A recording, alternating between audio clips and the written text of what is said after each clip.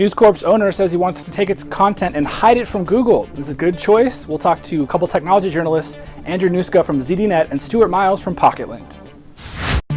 Try GoToMeeting free for 30 days. Visit gotomeeting.com/techpodcasts. For years, many newspapers and magazines have had a love-hate relationship with Google. They love the traffic that it might send, but they also feel like people can use Google News or other search engines to get the gist of their content without actually visiting their website. Is this actually true? And Rupert Murdoch has said now that whether it's true or not, he's planning to probably cut off access from Google. Is this a good idea? Andrew, what's your sort of take on this? I mean, we've been hearing people say this for years. This is the first time, Rupert Murdoch is really putting his money where his mouth is. Do you think this is a good idea for him?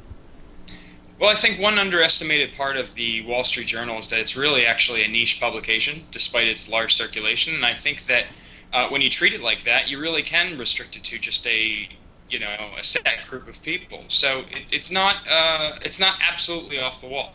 Now we've seen in the past the Wall Street Journal has sort of restricted its content to a paywall anyway. You need to pay to have access to the full articles, but through a little manipulative URL hacking, you can get Wall Street Journal for free via Google. Now, Stuart, what's your take? I mean, do you think that the Wall Street Journal needs Google, and I guess all Rupert Murdoch pay publications, which could include Fox News to some extent? I guess they could try that model out. I mean, do you think that's something that they need, is Google, or do you think that they have enough clout to really get by without having to worry about Google?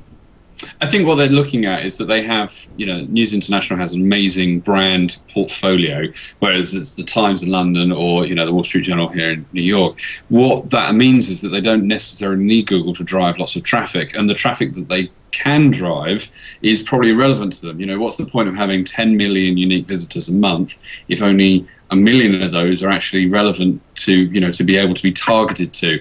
What I think they can turn around and do is say, well, look, we're going to throw out this paywall.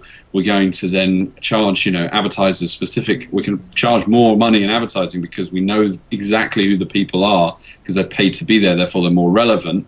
And that, in the end, it's probably going to earn them more money by just charging that 1 million very targeted users than having 10 million who are just there for, fits and giggles. I think that's it makes sense to me that the Wall Street Journal is a targeted publication and all these different things. But I think regular people who just might be searching for something like some random search query that might normally show up on Wall Street Journal, they're going to lose that user for sure. And in addition, in the next couple, in the next 5, 10, 15 years, I mean, don't you guys, Andrew, don't you think search is going to be playing such a big role that this could actually end up hurting them? I mean, will they have to eventually just say this isn't working and switch back? I mean, how do you reconcile the future of news and the future of people using news versus this paywall idea?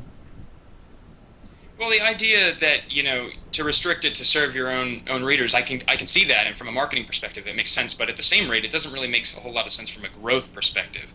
I mean, it means that they have to rely completely on their own efforts to, get the word out about the Wall Street Journal. And I think that that's a difficult prospect if you're going to lock down Google, lock down those results. A site could reasonably quote the Wall Street Journal within fair use, and then that site would get all the traffic. So it's, it makes sense on one side, but on the other side, it's a tough sell.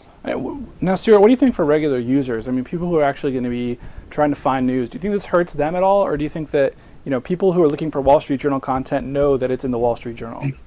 No, you see, because I think what happens, right, is that people will search the internet. They'll suddenly go, oh, what's happening on the Yankees game, for example, World Series last week.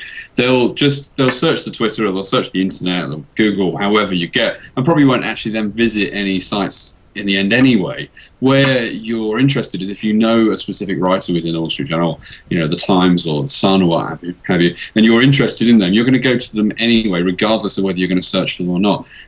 Murdoch has this fantastic capability of having huge brands that have been around for hundreds of years that you know and trust, and therefore you're happy to go to.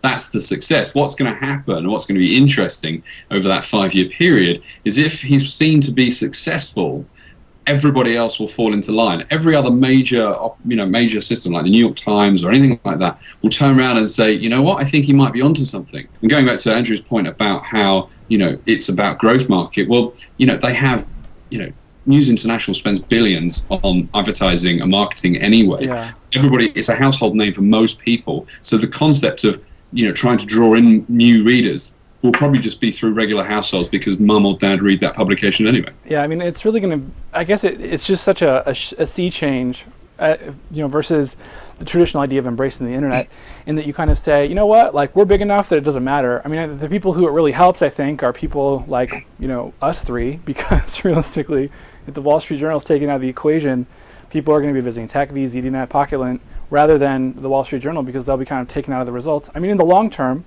like, longer term, rather than, the next 5 years, I mean, I think it could hurt the Wall Street Journal and these larger publications eventually, because, new readers won't trust them because they'll trust the sites that they're finding through search. But conversely, like, at least they're trying something new. Newspapers are dying after all. So I guess we're going to leave it there. Andrew Nusca from ZDNet, thanks for coming on the program, man. We really appreciate it.